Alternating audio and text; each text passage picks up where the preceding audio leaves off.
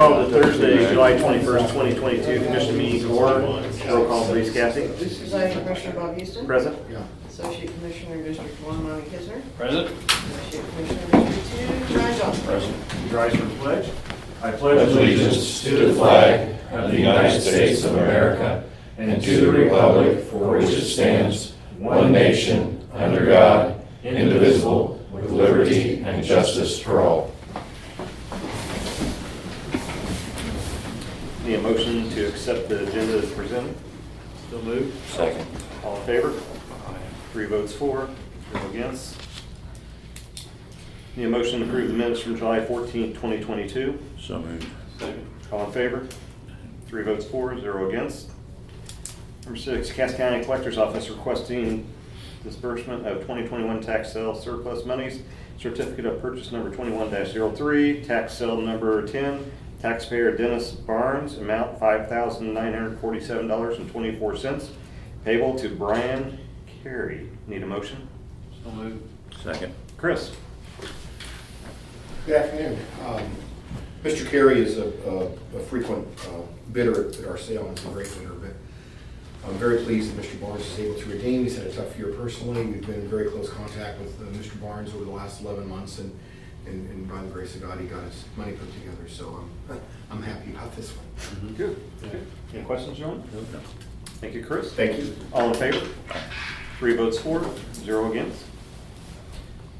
Number 7, Cass County Collector's Office requesting disbursement of 2021 tax sale surplus money, certificate of purchase number 21-29, tax sale number 218, taxpayer Michael Tipton, in the amount of $3,381.10, payable to Donald Butterfield. I need a motion. So moved. Second. Chris? Again, from last year's tax sale, be able to get the lien off of the property before the 1 year cut off, so good that Mr. Tipton could get this done. Okay. Any questions? Nope. All in favor? 3 votes for, 0 against. Thank you, Chris. Cass County Sheriff's Office request for proposal, inmate video visitation, phone, and commissary. I need a motion. So moved. I'll second it. Someone, Kevin, would you like to talk about that? Sure. Yes.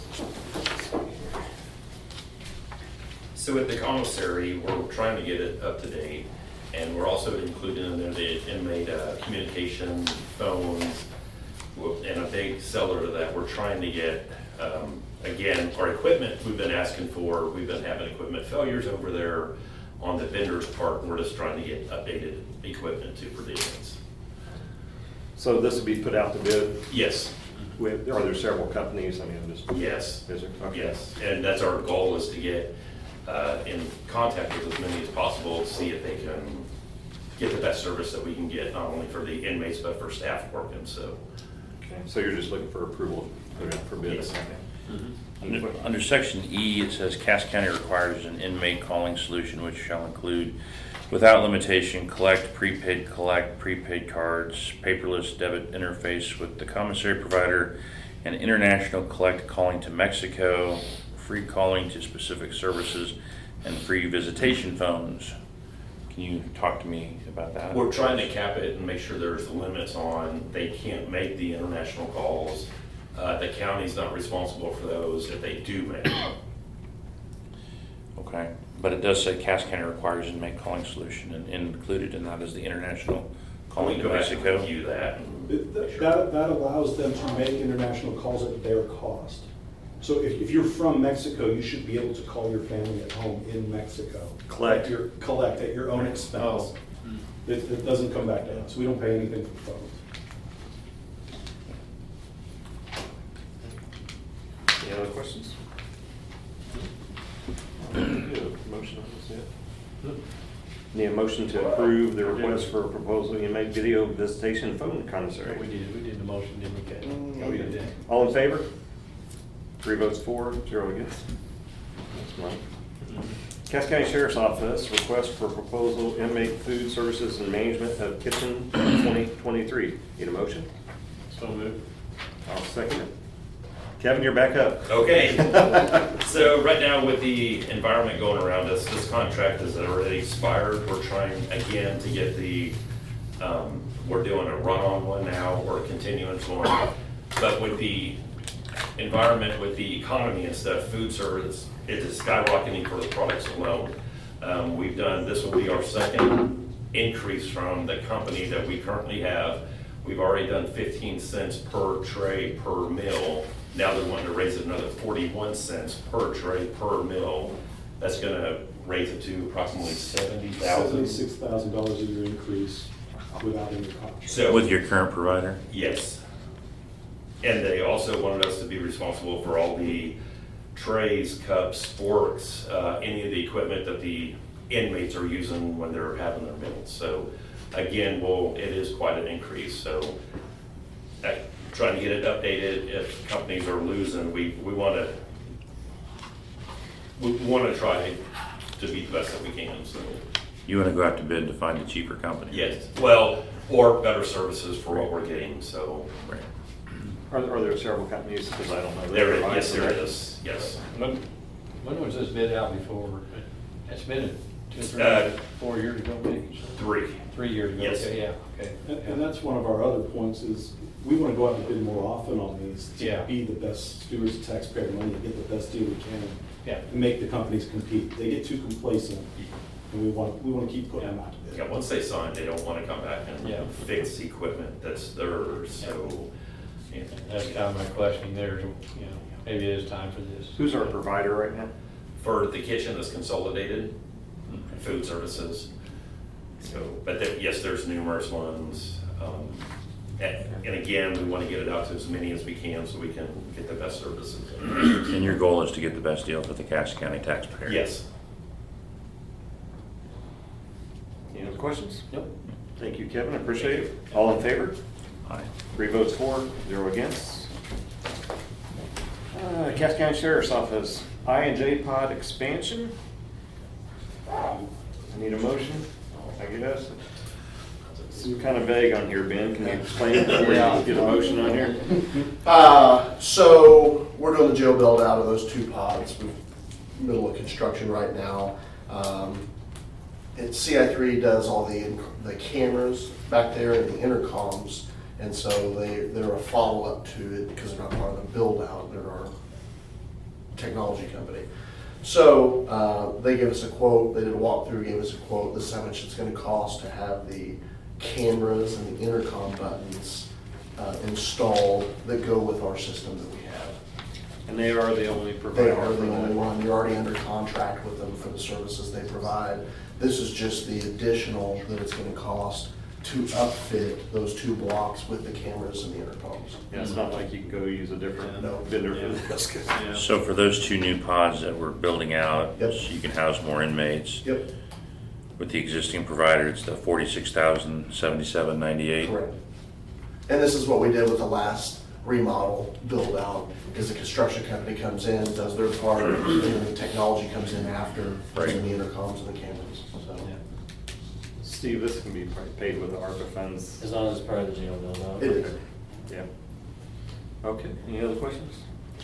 So, I need a motion to approve the $46,077.98 for the build out of pods I and J from bidder CI3 for the 2 new cells. So moved. Second. All in favor? 3 votes for, 0 against. Thank you, Ben. Thank you, Ben. At this time, is there any miscellaneous business? Chris?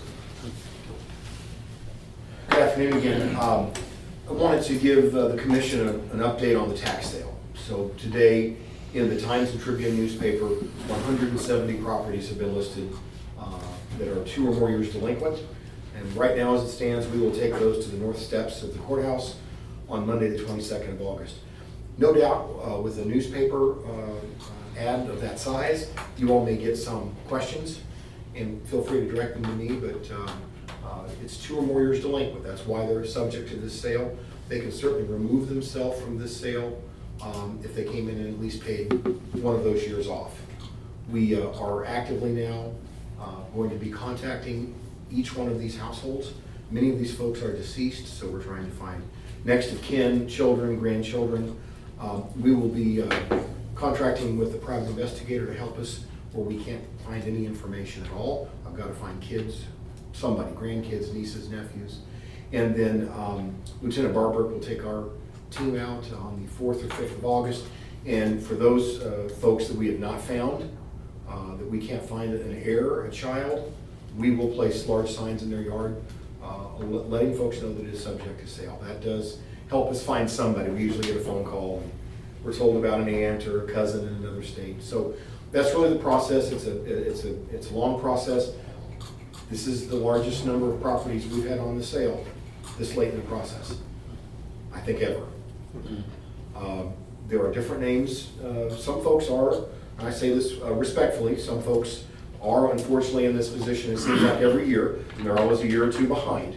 But there are a lot of folks on the sale this year in neighborhoods I've not had a property in, and names we're not familiar with. It is 170, and last year we had 40. Steve was there with me, we sold 40. This sale will be much larger this year. So any information on any of these folks that you can provide our office, I'd be grateful. If you get inquiries from taxpayers, feel free to contact me. I'll be happy to talk to the families about the situation. We try to work with folks the best we can, but this is state statute, and I must administer Chapter 140. So next week, the newspaper ad will reflect a smaller amount. A few people will pay during the course of the week, and then by state law, I've got to run the third and final week, which will be, we're looking at the 8th or 9th of August at that point will be the third ad. So if you need anything, if you have a constituent inquiry, please let me know. I'll be happy to talk to them or talk to you about it. And if there are any other questions, I'll be happy to take them. Where are you gonna have the auction at? North Steps, right out here. State statute requires we actually use the courthouse. So we've requested the city of Harrisonville close Pearl Street the morning of the 22nd. And so we will have the section of street between the North Steps and the Edward Jones office for the crowd. We only have 3 people signed up to bid right now too. That's the other odd thing. Usually in years past, we have more bidders than we have available properties. But this year, the equilibrium is upside down. I have 3 bidders for 170 properties. Last year, I had 58 bidders for 40. So this is, and I think it's an issue of the economy, but it's a strange year for this. It's a strange mix of properties with not very many people interested in buying them. So that's kind of where we're at. Thank you, Chris. Thank you. At this time, is there any public comment? Where do you, how do you sign up and bid? Come out to my office and they'll walk them all with photo ID and we'll sign you up. Yeah. You don't have to have any money? No, sir. No, sir. At this point, maybe I'll buy you lunch to come in. All right. Any other public comment? Seeing none, Commissioner Communications, Brian Johnson. So a few months ago, right before the end of spring semester, I visited the University of Central Missouri in Warrensburg and toured with former State Senator David Pierce, who is now their head of government relations or executive director of government relations, I believe. Met with the political science department, the president of the university, and so on and so forth. And during that meeting, the idea was put on the table where the political science department, but as other departments like criminal justice, et cetera, are constantly looking for internships for their student body. The benefit to the student is that they get real world experience. The benefit to the entity that provides the internship is, of course, free labor, cheap labor, those kinds of things. And it's a nice little mutually beneficial relationship. So the idea was discussed. It was favorable on the side of UCM. I thought it was a good idea. Now that we're getting ready to enter fall semester, I thought it might be a good time to follow up with David Pierce and his colleagues to just explore the idea, to find out what, if any, there would be costs to the county. I can't imagine much, if any, but it would be good to know that, as well as then find out a little bit more about their internship programs that they currently have with other local governments, and then also to maybe explore the idea with other facets and departments in this county, other offices, with the collector's office, maybe benefit from interns from University of Central Missouri, with the sheriff's department, entertain the idea of criminal justice majors doing a temporary internship with their office, with the clerk like an internship during election season. So just explore the idea, and really all I would seek from the commission is just permission to explore the idea and to see if it might be viable on Cass County side as well as viable on the university side. I would be good with it. I don't see a Since we're problem. not really voting or anything, but absolutely looking into it. Yeah. Thank you. We Yes. do internships already. Well, I would love to. Colleges and with Cass Career Center. Sure. So do you have a relationship with the University of Central Missouri right now, with the sheriff's office? We go down during they call us during their big recruiting fair, when Mhm, they have sure. all the law enforcement, they set Yeah. up, and the kids get to do it's like speed dating, it's Right, 10 yep. minutes with each recruiter. Yep. And we've snagged a few hires out of that, Yeah. so. So maybe that's something we could talk about. Yeah. Any other commissioner communications? So we will adjourn an executive session under 610.021.3 personnel actions. After we get done with that meeting, we'll come back to the general meeting just to adjourn.